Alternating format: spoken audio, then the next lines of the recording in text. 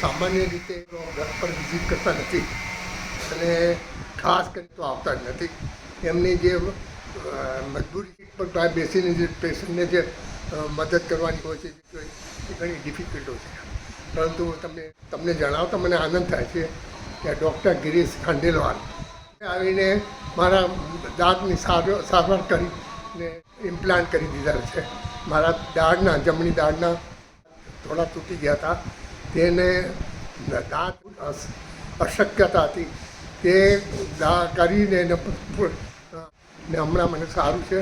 લગભગ 3-4 વિઝિટ સિટિંગમાં મારું કામ બરાબર થઈ ગયું છે મારે.